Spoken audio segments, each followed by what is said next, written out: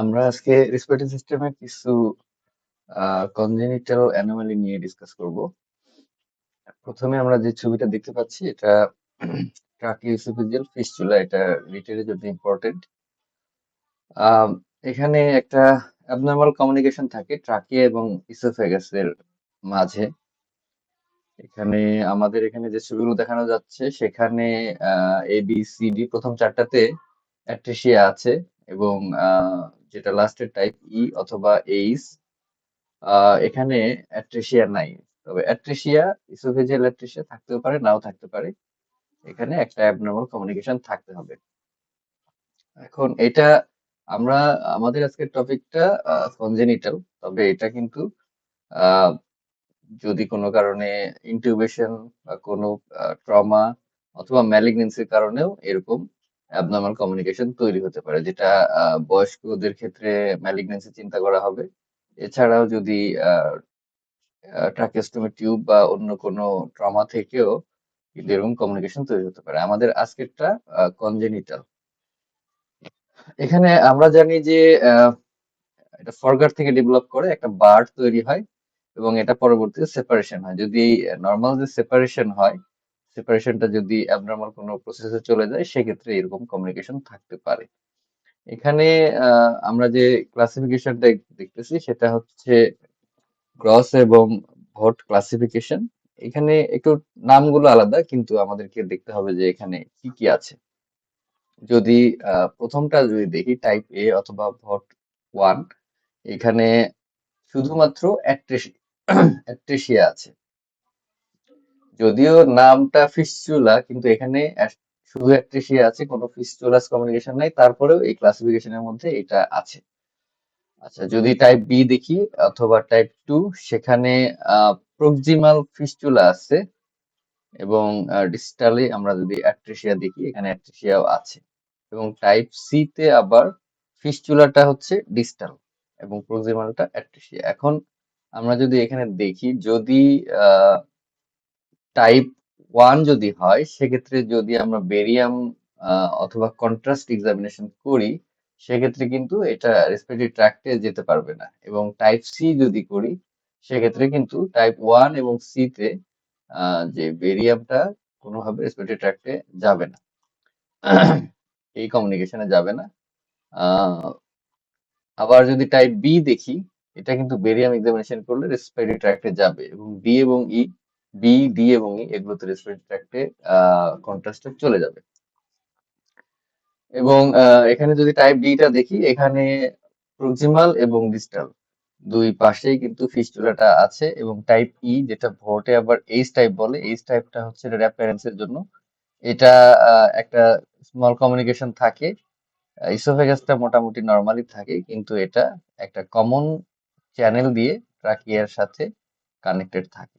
এটা টাইপ আবার এইচ। এবং সবচেয়ে যদি আমরা কমন দেখি, যে প্রক্সিমাল অ্যাট্রেসিয়া এবং ডিস্টাল ফিস্টুলা, এটা হলো সবচেয়ে কমন। আমাদের যদি এরকম রিটেনে কোশ্চেন আছে, তো সেক্ষেত্রে আমাদেরকে অবশ্যই একটু ছবি আঁকার চেষ্টা করতে হবে। এটা এত এইভাবে না আঁকলেও চলবে, জাস্ট আমাদের কমিউনিকেশনটা দেখাইতে হবে। এখন আমরা যদি এখানে দেখি, এখানে একটা বাচ্চার প্রবলেম ছিল, তাকে এনজি টিউব করার চেষ্টা করা হয়েছে এবং এনজি টিউবটা তারা করতে পারে নাই আলটিমেটলি। সেজন্য এনজি টিউবটা কয়েলিং হয়ে আছে, যেখানে আমরা নর্মালি এনজি টিউবটা চলে যাওয়ার কথা ছিল। এখানে একটা সন্দেহজনক থাকে এবং এখান থেকে তারা সন্দেহ করে, এবং আমরাও প্লেন এক্সরেতে এরকম পাইতে পারি যে এনজি টিউবটা কয়েলিং হয়ে যাচ্ছে। এবং আপার ইসোফেগাস একটা যে ব্লাইন্ড ইনিং একটা ট্র্যাক্ট হিসেবে আছে, সেরকম একটা এভিডেন্স আমরা পাইতে পারি। এখন যদি কোনো কারণে লোয়ার ইসোফেগাসের সাথে কোনো ধরনের কমিউনিকেশন না থাকে, সেক্ষেত্রে কিন্তু এখানে গ্যাস, যে অ্যাবডোমিনাল যে গ্যাসটা, এটা পাওয়া যাবে না। এটা একটা গুরুত্বপূর্ণ ফাইন্ডিং হইতে পারে।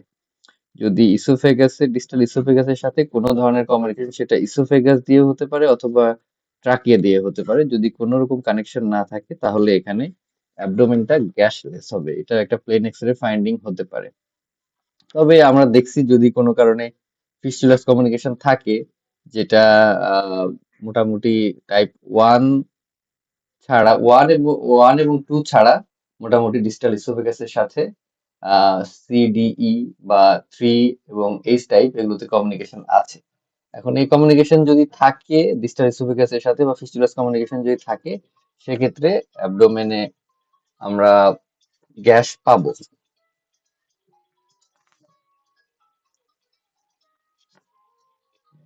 এখানে যদি আরেকটা দেখি আমরা, তো সেখানে আমরা দেখতে পাচ্ছি এখানেও কিন্তু কয়েলিং হয়ে আছে।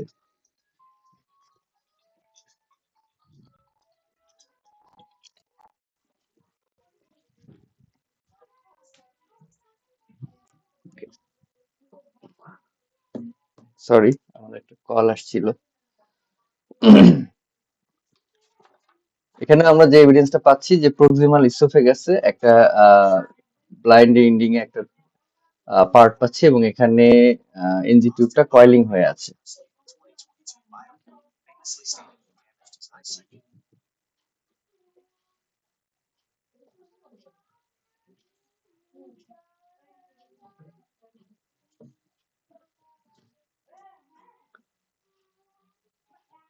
ওকে, এর সাথে আমাদের কিছু গুরুত্বপূর্ণ অ্যান্টিনেটাল আল্ট্রাসাউন্ডের ফাইন্ডিং আছে। সেটা হচ্ছে যদি আমরা অ্যান্টিনেটাল আল্ট্রাসাউন্ড করি সেক্ষেত্রে যে স্টোমাকে যে নর্মালি একটা বাবল থাকে সেই বাবলটা অ্যাবসেন্ট পেতে পারি। এবং এখানে যে প্রক্সিমাল ইসোফেগাসে একটা পাউচ পাচ্ছিলাম, যেটা প্লেন এক্সরে যেটা আমরা দেখতে পাচ্ছি, এরকম একটা এভিডেন্স আমরা অ্যান্টিনেটাল আল্ট্রাসাউন্ডেও পাইতে পারি। এবং এখানে একটা গুরুত্বপূর্ণ ফিচার হতে পারে পলিহাইড্রামিউজ। সাধারণত রেনাল যে অ্যাবনর্মালিটি গুলো আছে সেখানে অলিগোহাইড্রামিউজ থাকে। এর ছাড়া যে আমাদের রেসপিরেটরি ট্র্যাক্ট এবং জিআইটি ট্র্যাক্টের যে প্যাথোলজি গুলো আছে, অ্যাবডোমিনাল ওয়ালের যে প্যাথোলজি গুলো আছে, সেগুলোতে সাধারণত পলিহাইড্রামিউজ থাকে। সেটা আমাদের এটার ক্ষেত্রে একটা গুরুত্বপূর্ণ ফাইন্ডিং হতে পারে। এর সাথে আমাদের কিছু অ্যাসোসিয়েটেড অ্যানোমালিস থাকে, যেমন ভার্টিব্রাল কিছু অ্যানোমালি থাকতে পারে, অ্যানোরেক্টাল ম্যালফরমেশন থাকতে পারে, আপার লিম্বে কিছু অ্যানোমালি, রেডিয়াল রে অ্যাবনর্মালি থাকতে পারে, রেনাল অ্যাবনর্মালি থাকতে পারে। সেগুলো আমাদের গুরুত্বপূর্ণ ইমেজিং ফাইন্ডিং হিসেবে আমরা বিভিন্ন মডেলিটিতে পেতে পারি। সবচেয়ে গুরুত্বপূর্ণ হচ্ছে কন্ট্রাস্ট স্টাডি। এখন যখন আমরা এটা কনফার্ম করতে চাবো, আমাদেরকে কন্ট্রাস্ট একটা স্টাডি করতে হবে। সেখানে আমরা যদি কোনো রকম রেসপিরেটরি ট্র্যাক্টের সাথে যদি কোনো কমিউনিকেশন না থাকে, তখন আমরা এখানে ব্লাইন্ড একটা পাউচ হিসেবেই পাবো। আর যদি ফিস্চুলা থাকে, যদি প্রক্সিমাল ইসোফেগাসের সাথে ফিস্চুলা থাকে, তখন সেই কন্ট্রাস্টটা কিন্তু রেসপিরেটরি ট্র্যাক্টে চলে যাবে। এটা একটা গুরুত্বপূর্ণ রেডিওলজিক্যাল ফাইন্ডিং, কন্ট্রাস্ট স্টাডি। এটার ক্ষেত্রে আহ, আহ, সাধারণত আমরা লো অসমোলার কন্ট্রাস্টটাই প্রিফার করব। এনজি টিউব দিয়ে দেয়া হবে এবং আমাদের এক্সামিনেশন কমপ্লিট হওয়ার পরে যেই কন্ট্রাস্টটা থেকে যাবে, সেই কন্ট্রাস্টটা আমাদেরকে সিরিঞ্জ দিয়ে সাকশন করে চেষ্টা করতে হবে বের করে ফেলার, যাতে এটা পরবর্তীতে কোনো প্রবলেম তৈরি না করে। এখানে আমরা একটা অ্যাডাল্ট পেশেন্টের ওইরকম একটা বেরিয়াম স্টাডি দেখতে পাচ্ছি, যেখানে আমরা দেখতে পাচ্ছি যে বেরিয়ামটা একটা বড় অংশই রেসপিরেটরি ট্র্যাক্টে চলে গেছে এবং এটা একটা ম্যালিগনেন্সির কেস, যেখানে ম্যালিগনেন্সির কারণে একটা অ্যাবনর্মাল কমিউনিকেশন তৈরি হয়েছে রেসপিরেটরি ট্র্যাক্টের সাথে ইসোফেগাসে। যখন অ্যাডাল্ট ফিল্ম হবে তখন আমাদেরকে মোটামুটি একটা এরকম কিছু চিন্তা করতে হবে। তবে বাচ্চাদের হলে আমাদের কনজেনিটাল ট্রাকে ইসোফেগিয়াল ফিস্টুলাটা আহ 1 নম্বর। এরপরে যেটা আমাদের টপিক, সেটা হচ্ছে ট্রাকিওমেলাসিয়া। এটা রিটেনে একবার আসছে, সেই হিসেবে ইম্পর্টেন্ট, প্র্যাকটিক্যালি খুব বেশি ইম্পর্টেন্ট না। এখানে যেটা হয়, ট্রাকিয়া যদি আমরা দেখি, ট্রাকিয়াটা নর্মালির চেয়ে বেশি ডায়ালেটেড মনে হচ্ছে। এবং এখানে যেটা হয়, ট্রাকের যে কার্টিলেজ গুলো আছে, কার্টিলেজটা উইকেনিং হয়। ট্রাকের কার্টিলেজ উইকেনিং এর জন্য যেটা হয়, সেটা হচ্ছে যখন ইন্সপিরেশন হয় তখন ট্রাকিয়াটা অনেক বেশি ডাইলেট করে, আবার যখন এক্সপিরেশন ফেজে চলে যায় তখন ট্রাকিয়াল টিউবটা কলাপস করে। এটাই সবচেয়ে গুরুত্বপূর্ণ ফাইন্ডিং, যে ইন্সপিরেশন এবং এক্সপিরেশন এই দুইটা ফেজের মধ্যে যে ট্রাকিয়াল ডায়ামিটার এটা কতখানি কম বেশি হচ্ছে। যদি 50%-এর বেশি ডায়ামিটার ন্যারোইং হয়ে যায় এক্সপিরেশনে, সেটা খুব ইম্পর্টেন্ট একটা ফাইন্ডিং। ওভারঅল প্রথমত আমাদের হচ্ছে ট্রাকিয়াটা ডায়ালেটেড হবে, 3 সেন্টিমিটারের বেশি হবে কিন্তু মূলত যেটা হবে ইন্সপিরেশন এবং এক্সপিরেশন যদি দুইটা আমরা কম্পেয়ার করি, তাহলে এক্সপিরেশনের সময় ডায়ামিটারটা নর্মালি যতটুকু রিডাকশন হয় তার চেয়ে অনেক বেশি রিডাকশন হবে। এবং আমরা এখানে দেখতে পাচ্ছি যে এক্সপিরেটরি যে ফিল্মটা দেখতে পাচ্ছি, সেখানে দেখা যাচ্ছে যে ট্রাকিয়ার যে ডায়ামিটারটা অনেকখানি কমে গেছে। নর্মালি এতখানি কমার কথা না। এবং এটা অ্যাক্সিয়াল সেকশনে যদি আমরা দেখি, আহ, এখানে অনেক বেশি ডাইলেটেড মনে হচ্ছে। এবং যদি এক্সপিরেটরি ফিল্মে দেখি, সেখানে দেখতে পাচ্ছি এটা অনেক ক্রিসেন্ট শেপ হয়ে গেছে এবং পোস্টেরিয়র ওয়ালটা বালজিং হয়ে ভেতরের দিকে চলে আসছে। ক্রিসেন্ট শেপ হতে পারে। এবং এই ছবিটা যদি দেখি, এটা একেবারেই খুব বেশি সিগনিফিকেন্ট একটা অ্যাবনর্মালিটি দেখাচ্ছে, যেখানে একেবারেই ক্রিসেন্ট শেপ একটা ট্রাকিয়াল লুমে আমরা দেখতে পাচ্ছি। প্লেন এক্সরেতে আমাদের যে নর্মাল ট্রাকিয়া পাই, সেটা যদি আমরা দেখতে চাই, সেটা দুইটা ফেজে আমরা নিব।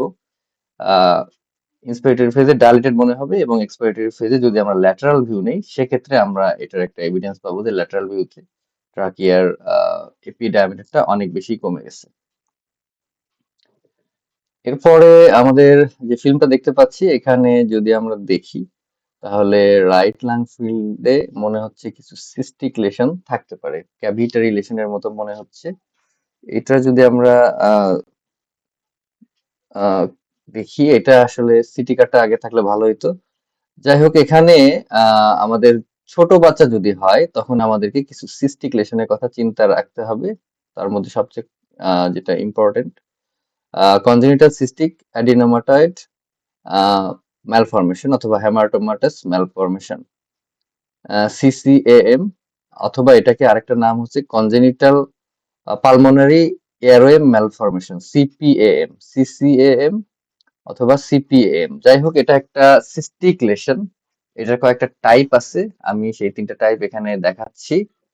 টাইপ 1 যেটা সবচেয়ে কমন, সেটা হচ্ছে এখানে ভেরিয়েবল সাইজের সিস্ট থাকে, এবং সিস্ট গুলো মধ্যে একটা থাকে ডোমিনেন্ট, অনেক বড় থাকে, এবং এটা 2 সেন্টিমিটারের বেশি হয়। এবং এটা প্রগনোসিস এই তিনটার মধ্যে সবচেয়ে ভালো হচ্ছে টাইপ 1টা, যেটাতে একটা ডোমিনেন্ট সিস্ট থাকে। টাইপ 2 যেটা, এখানে অনেকগুলো সিস্ট থাকে, মোটামুটি ইউনিফর্ম সাইজের সিস্ট থাকে, যেটাতে আমরা টাইপ 1 এর ডোমিনেন্ট সিস্ট দেখতে পাচ্ছিলাম। এখানে ডোমিনেন্ট ওরকম থাকে না, 2 সেন্টিমিটার কম থাকে সাধারণত। এবং এটার সাথে কিছু রেনাল, ইন্টেস্টিনাল, কার্ডিয়াক এগুলো অ্যাবনর্মালি থাকতে পারে। আহ, আর টাইপ 3 যেটা, টাইপ 3 তে অনেকগুলো সিস্ট থাকে, এবং সিস্ট গুলো অনেক ছোট ছোট হওয়ার কারণে এই সিস্ট গুলো আলাদাভাবে অনেক ক্ষেত্রেই সিস্টিক লেশন হিসেবে নাও দেখা যেতে পারে, একটা হোমোজেনাস ম্যাস লেশনের মতো মনে হতে পারে, যেটা টাইপ 3। এবং এইটার সাথে সবচেয়ে বেশি অন্যান্য যে অ্যানোমালিস গুলো, যেটা রেনাল, ইন্টেস্টিনাল বা যে কোনো অ্যানোমালি অ্যাসোসিয়েটেড বেশি থাকে, এবং টাইপ 3টার প্রগনোসিসই সবচেয়ে খারাপ। যদি আমরা এখানে ইমেজিং ফিচার গুলো দেখি, আগের ছবিটার সিটি কার্ড, এখানে দেখা যাচ্ছে অনেকগুলো সিস্ট আছে বিভিন্ন সাইজের।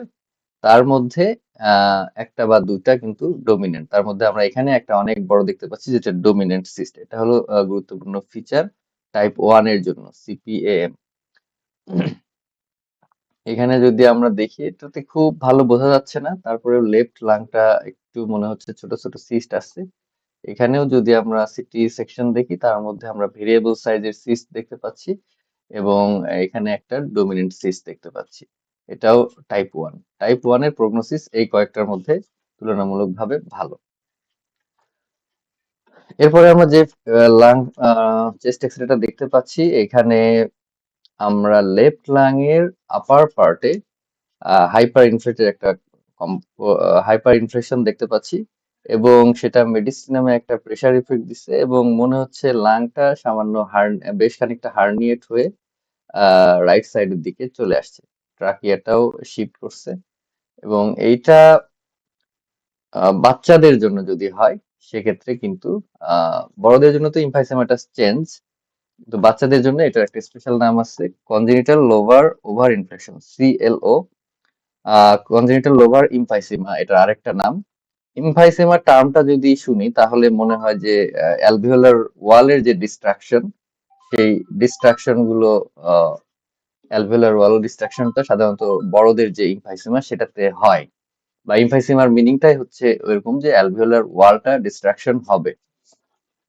কিন্তু এইটাতে যেটা হয়, এখানে একটা রেসপিরেটরি ট্র্যাক্টের যে পাথওয়ে গুলো আছে, এখানে বিভিন্ন কারণেই একটা বল ভালভ মেকানিজম কাজ করে এবং এয়ারটা ইন্সপিরেশনের সময় ঢুকতে পারে কিন্তু এক্সপিরেশনের সময় বের হতে পারে না। সেজন্য কিছু এয়ার এখানে জমতে থাকে, কিন্তু এখানে অ্যালভিওলার ওয়ালটা ডিস্ট্রাকশন হয় না।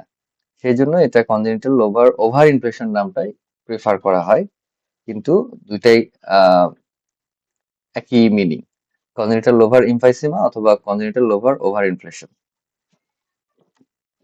এটা যদি দেখি, ব্যাপারটা হচ্ছে কোনো একটা পার্টে রেসপিরেটরি পাথওয়ে যেখানে আছে সেখানে কোনো একটা অবস্ট্রাকশন থাকবে, সেটা বল ভালভ একটা মেকানিজমে কাজ করবে, এয়ারটা এন্ট্রি হবে কিন্তু ভালোভাবে বের হতে পারবে না। আলটিমেটলি এটা ওভার ইনফ্লেশন হবে। এটা বাচ্চাদের ক্ষেত্রেই বেশি হয়, প্রথম 6 মাসের মধ্যে বেশি পাওয়া যায়।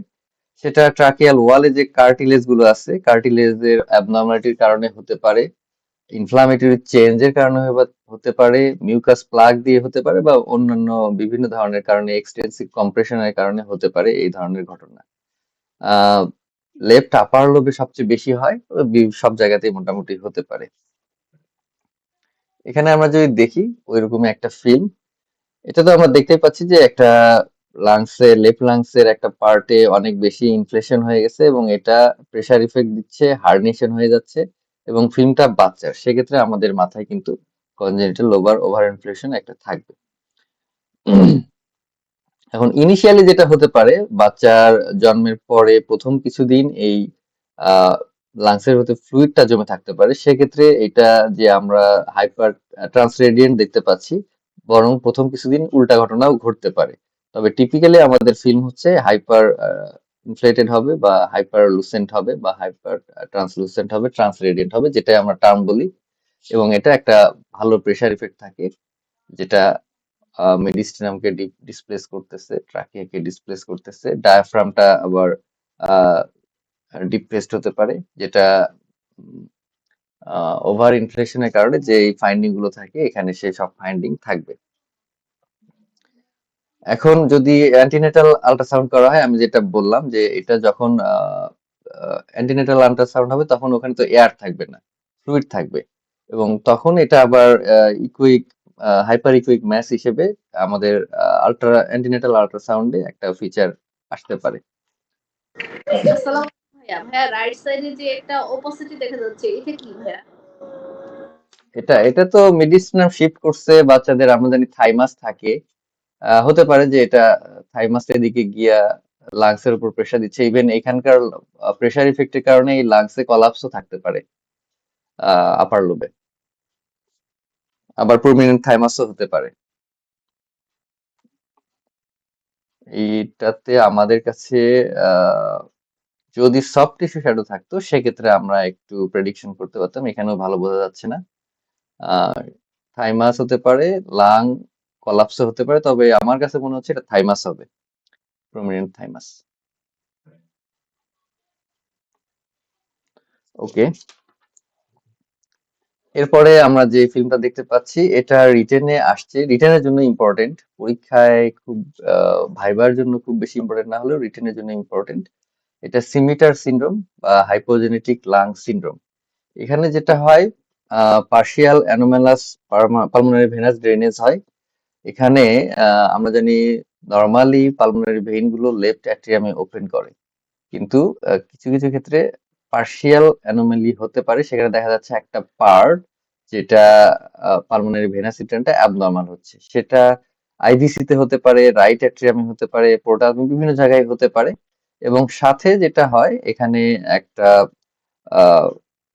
লাং সিকুয়েস্ট্রেশন থাকতে পারে অ্যাসোসিয়েটেড, এবং এটা সাধারণত লোয়ার পার্টেই কমনলি হয়। সেক্ষেত্রে যেই একটা টিউবুলার স্ট্রাকচার আমরা দেখতে পাচ্ছি, একটা অ্যানোমালাস পালমোনারি ভেইন এবং সাথে যে লাং অ্যাবনর্মালিটি থাকে, সেটা মিলে সাধারণত রাইট লোয়ার পার্টেই থাকে। এবং এই ভাস্কুলার স্ট্রাকচারটা হার্টের যে শ্যাডো আছে, কার্ডিয়াক শ্যাডোর সাথে প্যারালালি যায় এবং ডায়াফ্রামের দিকে ড্রেন করে, এবং দেখতে একটা সোর্ডের মতো মনে হয়। টার্কিশ শোর, এবং এটার একটা নাম হচ্ছে সিমিটার, সেটা থেকে নাম হচ্ছে সিমিটার সাইন। এটা অ্যাকচুয়ালি একটা partial anomalous pulmonary venous return, এবং এটা বললাম যেটা যে বিভিন্ন ভাবেই যেতে পারে, আইভিসি তে যেতে পারে, রাইট অ্যাট্রিয়ামে যেতে পারে, পোর্টাল ভেনে যেতে পারে। এবং আমাদেরকে যদি এইরকম ফিল্ম যদি আসে, লেখার খুব বেশি আমি তো দেখতে পাচ্ছি না, তবে আপনাদেরকে একটা ছবি আঁকতে হবে।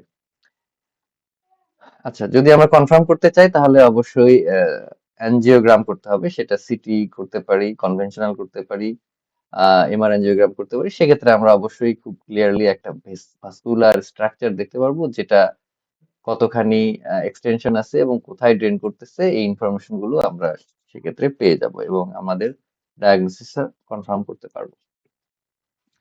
এরপরে আরেকটা পরীক্ষার জন্য খুব বেশি ইম্পর্টেন্ট না, তারপরেও সিকোয়েস্টেটেড লাং।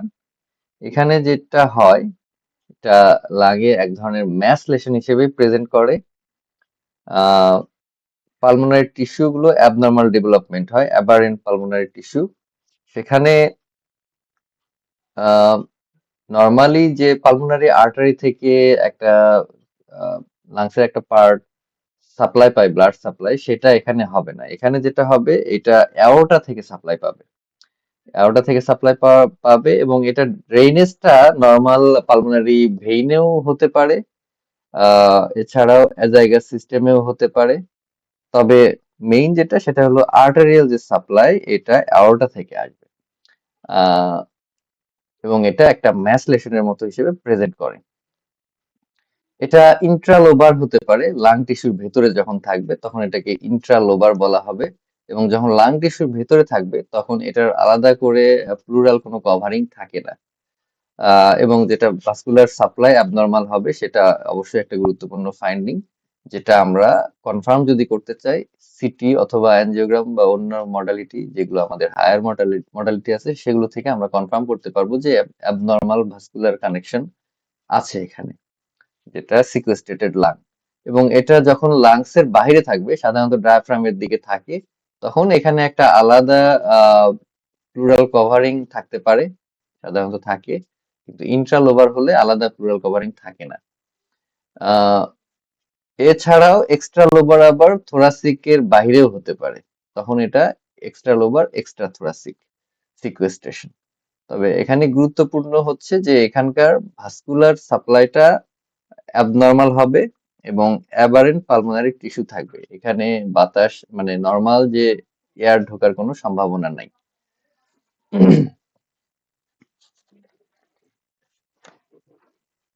ভাইয়া এয়ার থাকবে না, তাহলে তো পালমোনারি টিস্যু আমরা এটা কিভাবে ইয়া করতেছি? ম্যাসের মতো দেখা যাচ্ছে। ম্যাসের মতো আমাদের যে বিভিন্ন ধরনের মডালিটিস আছে, ইভেন অ্যান্টিনেটাল আল্ট্রাসাউন্ডেও এটা সাধারণত একটা ম্যাস হিসেবেই মানে প্রেজেন্ট করবে, ম্যাস হিসেবে প্রেজেন্ট করবে, কিন্তু এটা তো বাচ্চাদের জন্য। সেক্ষেত্রে আমাদের একটা গুরুত্বপূর্ণ ডায়াগনোসিস হলো সিকোয়েস্টেটেড লাং। জি ভাইয়া।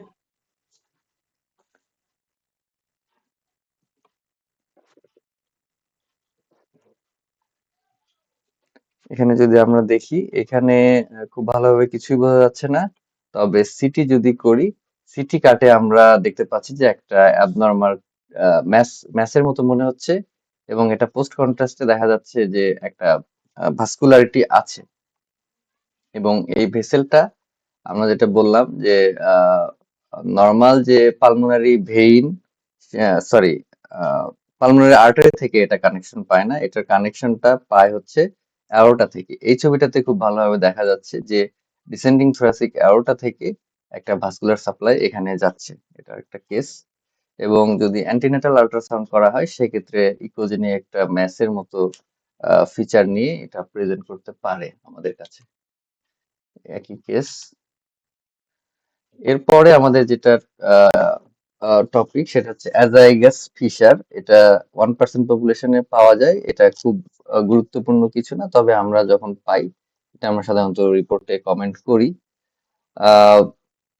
নর্মালি যে অ্যাজাইগাস ভেইন থাকে, অ্যাজাইগাস ভেইনটা নর্মালি ডিসেন্ড করে ট্রাকিয়ার পাশ দিয়ে, এই যে ট্রাকের সাথে রাইট প্রিন্সিপাল ব্রঙ্কাসের যে অ্যাঙ্গেল, এই জায়গাটাতে চলে যায় নর্মালি। কিন্তু যখন এই ডিসেন্টটা অ্যাবনর্মাল পাথওয়েতে হয়, তখন লাংসের ভিতর দিয়ে এসে এটা নর্মাল পজিশনে যেতে পারে না।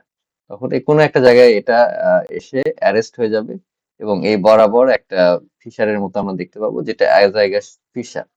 এই জায়গাতে যেহেতু অ্যাবনর্মাল পাথওয়েতে অ্যাজাইগাস ভেইনটা ডিসেন্ড করতেছে, তখন এই বরাবর আমাদের কিন্তু প্যারাইটাল এবং ভিসেরাল ফ্লুরার দুটা লেয়ার এই জায়গায় থেকে যাবে। তো এই প্যারাইটাল এবং ভিসেরাল প্লুরাল লেয়ারটাই কিন্তু আমরা একটা ফিশার হিসেবে দেখতে পারবো। কিন্তু এখানে কিন্তু আমাদের নর্মাল যে ফিশার গুলো থাকে, ফিশারের জন্য কিন্তু যে লাংসের যে ভেসেল, কারেসপন্ডিং ভেসেল থাকে, কিন্তু এখানে কিন্তু আলাদাভাবে এই ফিশারের জন্য কোনো ভেসেল ওইভাবে ওরিয়েন্টেশন থাকে না। সেজন্য এটা যে অ্যাজাইগাস লোব হিসেবে অনেক সময় বলা হয় যে এটা অ্যাজাইগাস লোব। অ্যাজাইগাস লোবটা খুব সঠিক টার্ম না, তবে ফিশারটা ঠিক আছে। ফিশার যেহেতু এখানে একটা তৈরি হচ্ছে, ফিশারটা এখানে তৈরি হয়, কিন্তু লোব আলাদাভাবে যেহেতু ভাস্কুলার কোনো স্পেশাল কোনো ভাস্কুলারিটি থাকে না, নর্মাল যে ভেসেল সেটাই থাকে, লাংসের ভিতরের ভেসেল সেটাই থাকে। এবং এখানে আমাদের একটা কমা শেপ আমরা স্ট্রাকচার হিসেবে দেখতে পাই। এটাই হলো গুরুত্বপূর্ণ ফিচার।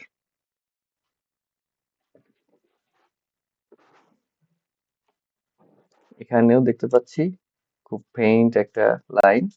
এবং এই যে লোবের কথা বললাম, অ্যাজাইগাস লোব, যদিও টার্মটা সঠিক না, এই অ্যাজাইগাস লোবটা একটু রেডিও অপেক হিসেবে দেখা যেতে পারে।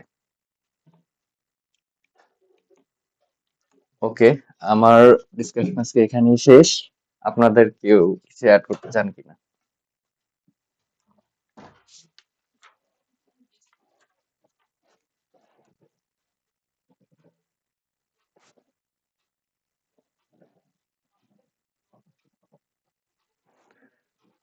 রমজানের মধ্যে সবাই মনে হয় খুব ক্লান্ত, আমিও ক্লান্ত। ওকে, তাহলে ভাইয়া একটা আমরা যে ওই যে সিপ্যাম যেটা ওটা হচ্ছে কি শুধু ওই যে বয়স দেখেই, মানে ওটা তো ব্রঙ্কিয়েক্টাসিস এর মতোই লাগবে তাই না? বয়স দেখেই ওটা হ্যাঁ হ্যাঁ ডায়াগনোসিস হ্যাঁ করবো? বয়স দেখেই মোটামুটি বাচ্চাদের জন্য আমরা, এটা তো কনজেনিটাল, একেবারে যে ছোট বাচ্চা বা নিউনেট যদি হয় সেক্ষেত্রে আমাদের এটা ফার্স্ট ডায়াগনোসিস থাকবে। বড়দের হলে তো তখন ক্যাভিটি লেশনের মতোই মনে হবে, হ্যাঁ। অথবা ব্রঙ্কিয়েক্টাসিস হতে পারে, ইনফেক্টেড থাকতে পারে। ওকে, সকলকে অসংখ্য ধন্যবাদ। পরের ডিসকাশনে ইনশাআল্লাহ কথা হবে। আসসালামু আলাইকুম ভাইয়া। আসসালামু আলাইকুম।